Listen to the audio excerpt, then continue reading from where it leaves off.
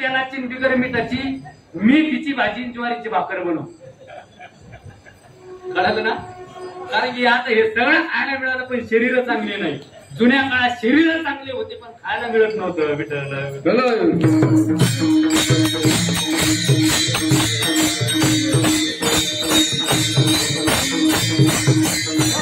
मला हे सांगायचं, अन्न, वस्त्र आणि निवारा, निवाऱ्याच्या बाबतीत विचार केला जुन्या काळात. आणि आता जर बघितलं घरं महाराज तर काय बंगले महाराज. आता पुणे जिल्ह्यात गेल्यानंतर कळतं महाराज, पुणे जिल्हा, मुंबई, ठाणे इकडे गेल्यानंतर कळते काय बंगले, काय काय ते बंगले महाराज. एक एक दोन दोन कोटीचे बंगले. जुन्या काळात राहायला घरं नव्हते. राहायला घरं नव्हते. आता एक एक दोन दोन कोटीचे बंगले.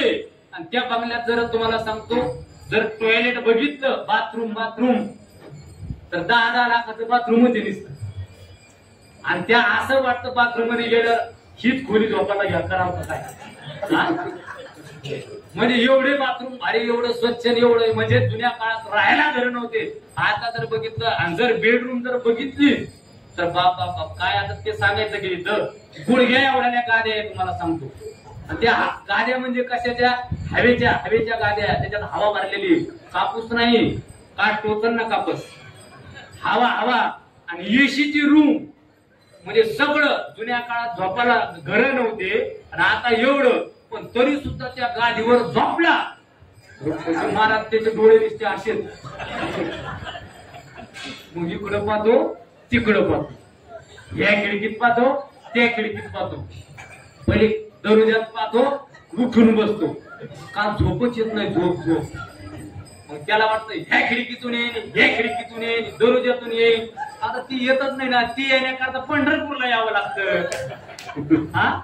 हे तिकडे झोप नाही मिळत नाही, ती घरात नाही, पंढरपूरला यावं लागतं. मी सांगितलं ना तुम्हाला रस्त्याला कसा झोपला होता, इथंच यावं लागतं. विचार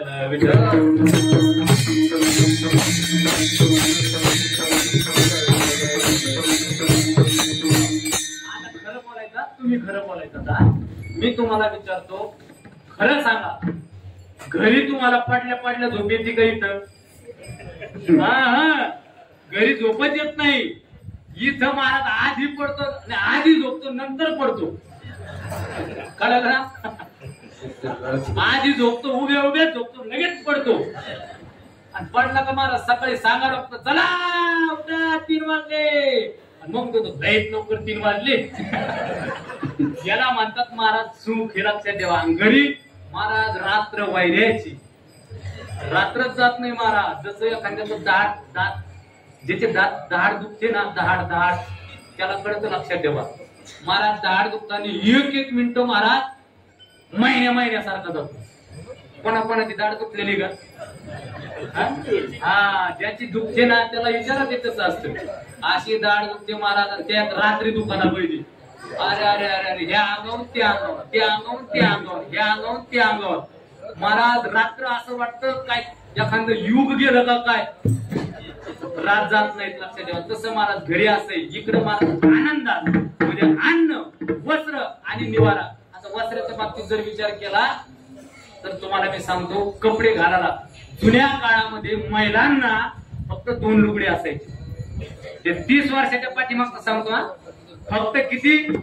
2 लुगडे. एक आंघोळीला ओलं करायला आणि एक घालायला, बस एवढे 2 लुगडे. बाकी लुगडेच नाही. लक्षात. जिजाबाईचं, तुकोबारांच्या पत्नीचा जिजाबाईंचा जर विचार केला तर त्यांना त्यांच्या चरित्रामध्ये आलेला भाग आहे. किती लुगडं होती जिजाबाईला? फक्त एकच. एक लुगडं. आणि दुसरं जे होतं ते अनेक प्रकारच्या लुगड्याचं केलेलं एक लुगडं. म्हणजे तिथं मॅचिंग नव्हती. लक्षात ठेवा. त्या लुगड्याला मॅचिंग नाही. वेगवेगळ्या कलरचे वेगवेगळे घेतलेले तिगडे दिलेले ते लुगडं कशा करता? ते ओलं करण्याकरता. एक लुगडं घालण्याकरता.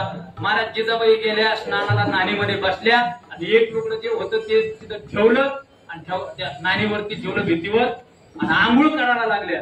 आणि आंघोळ करत असताना महाराज जे तुकोबर आहे तिथंच वाट्यावरती भजन करत बसले. आणि तुकोबर भजन करत असताना मग काय, विठ्ठल विठ्ठल विठ्ठल विठ्ठल विठ्ठल विठ्ठल विठ्ठल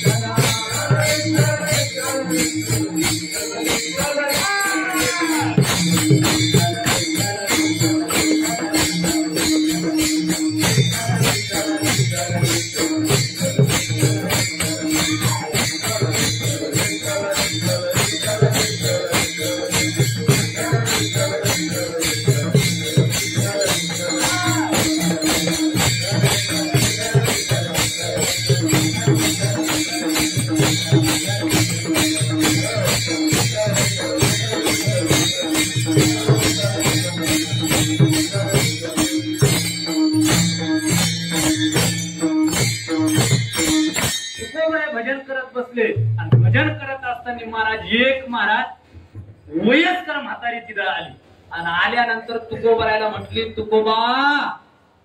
तुकोबाराय भजन करत होते विठ्ठल विठ्ठल विठ्ठल विठ्ठल विठ्ठल विठ्ठल विठ्ठल विठ्ठल विठ्ठल विठ्ठल विठ्ठल विठ्ठल विठ्ठल विठ्ठल भजन करत असताना तुकोबाराय दंग झाले आणि तेवढे ती आले. ती म्हणली तुकोबा. महाराज म्हटले काय. मग ती म्हटले काय नाही मला अंगावर घालण्याकरता पातळच नाही मला पातळ देणं असलं एखादा.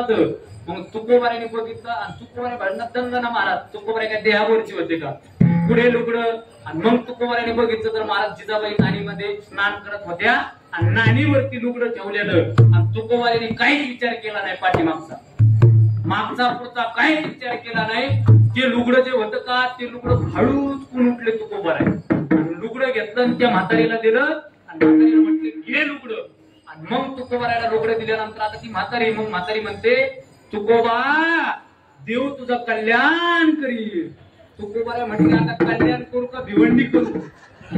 तू फक्त बोलू नको तू गप मांजरीच्या पावलाने निघून जा आता आम्ही आमचं बघून घेऊ इकडे काय होईल ते. महाराज ती म्हातारी महाराज लुगडं घेतलं गेली अजून आली नाही. आणि महाराज तेवढ्यात काय झालं मग तेवढ्यात काय महाराज मग लगेच तेवढ्यात जिजाबाईंनी स्नान केलं आणि केल्यानंतर महाराज आता लुगडं घ्यावं लुगडं परिधान करावं पाहिलं तर लुगडंच नाही नाणीवरती. आणि मग आता करायचं काय. तुकोबारायला कळालं आता जिजाबाई आपल्याला गोड बोलल्याशिवाय राहणार नाही. गोड ना गोडच बोलतात ना. तुम्हाला विचारतो तुम्हाला विठ्ठल विठ्ठल असं म्हणतात. मग काय केलं महाराज काहीच नाही. तुकोबाराने विना घेतला निघले जे भंडारा डोंगरावरती गेले. आणि महाराज मग घरचं काहीच पाहिलं नाही ना. आता लुगडं आहे का नाही महाराज काय तुकोबारायचं खरं म्हणजे विचार याचा अर्थ महाराज तुकोबारायचा पांडुरंगावर किती विश्वास होता हे याच्यावर कळतं. आपला विश्वासच नाही ना. आपण पंढरपूरच्या वारीला आलो तरी मला 10 वेळा फोन लावतो घरी. किती फोन लावतो आपण घरी. अहो खरं सांगू का तुम्ही घरी फोन लावूच नका. तुम्ही म्हणता का घरचे महाराज आनंदात येते ते म्हणते पंढरपूरची वारी 15 दिवस नाही 2 महिने पाहिजे.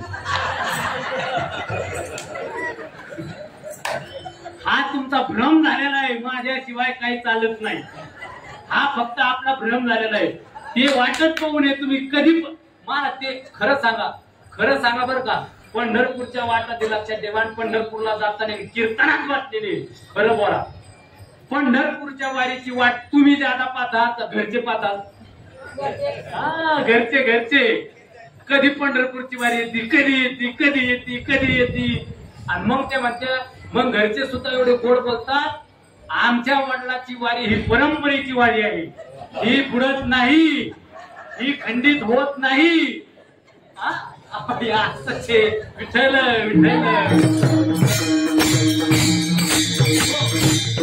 मला हे सांगायचं आपली तर तर पंढरपूरची वारी परंपरेची ते काही नाही, ती मात्र शंका नाही. पण महाराज असं समजायचं नाही का मी आले म्हणजे घरच्यांचं कसं होईल, घरचे आमची वाट पाहत असेल. हे मनातून काढून टाका. आता वाल्यापासून लक्षात ठेवा, पंढरपूरला जाईपर्यंत अजिबात फोन करू नका. आणि तुम्ही फोन करू नका. बघा तुम्हाला घरचे किती फोन येतात. घरचे नाही फोन करीत, लक्षात ठेवा. तुम्ही लय फोन करता, आपल्याला लय महाराज फोन लावण्याचा विठ्ठल विठ्ठल.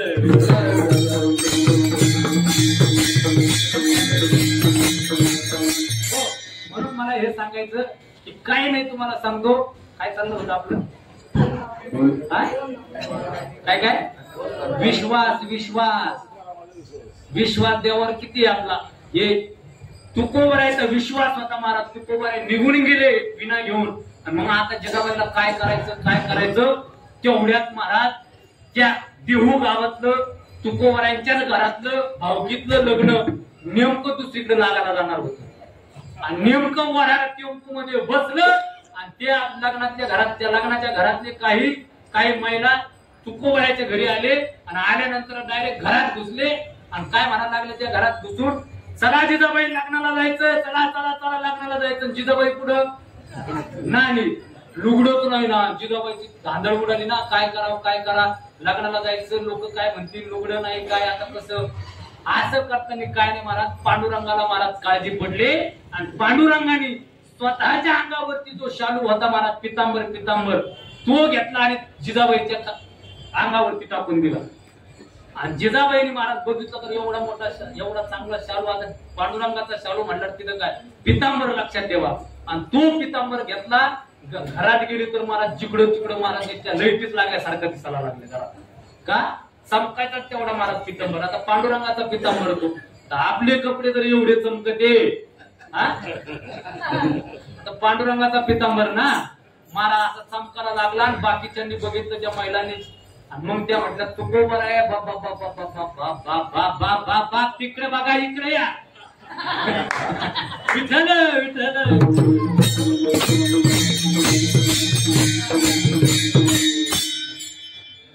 आता ते भजन करता नेमकं बाप तिकडे बघा इकडे या, तिकडे बघा इकडे या. या चंद्रभागेच्या पाण्यावर तयार झालेला ऊस. आता मी तिथे गेलो रस घ्यायला, त्याला म्हणलं दे 5 रुपयाचा ऊस. 5 रुपयाचा रस देते म्हणे. महाराज तिकडे का पाहतात म्हणलं, तूच म्हणतो तिकडे बघा आणि इकडे घ्या. विठ्ठल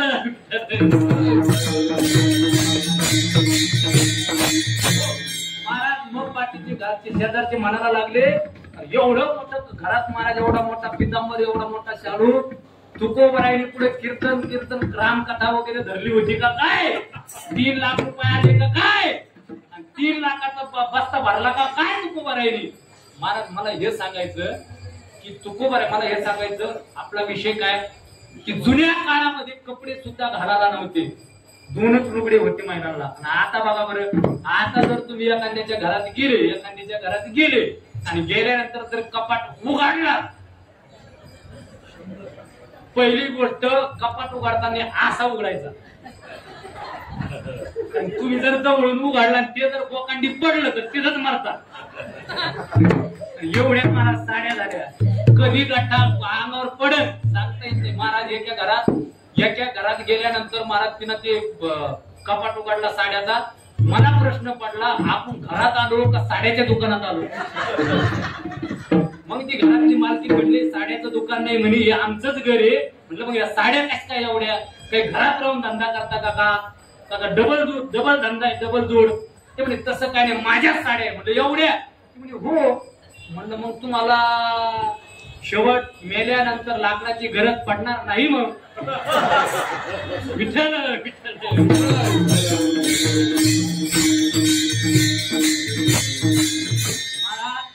एका घरात गेलो आणि गेल्यानंतर त्या बाईने महाराज कपाट उघडला आणि तिच्या अंगावरती साड्याचं महाराज गतुडच पडलं.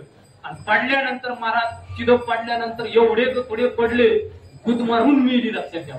तिला काढता सुद्धा येणार. मग आता काय करावं? शेजारचे म्हणे आता इथं निघाना, पण काय करायचं? काही नाही म्हणे, डायरेक्ट काढी लावून द्या. म्हणजे ज्या तुम्ही असता त्या खरंय का नाही? एवढे कपडे झाले तुम्हाला सांगतो. म्हणजे माणसाचं सुद्धा हेच आहे ना, माणसाचं काय लय वेगळं आहे का? हेच आहे ना, कपाट उघडल्यानंतर जे ड्रेस लावलेले असतात का असे बरोबर लाईनीना, कपाट उघडला लगेच ड्रेस असा शर्ट लगेच अशी मान पुढे काढतो, माझा नंबर माझा नंबर माझा नंबर. तो म्हणतो तुझा अजून 4 वर्षांनी नंबर येणार, तो गप कपटात बघ. म्हणजे एवढे कपडे. आणि वस्त्राच्या बाबतीत मला हे सांगायचं की अन्न खायला परिपूर्ण नव्हतं. वस्त्राच्या बाबतीत महाराज जुन्या काळात कपडे घालायला नव्हते. अहो जाऊ दे, तुम्हाला सांगतो, जर 10 जुन्या काळात लोक एकत्र असायचे, एकत्र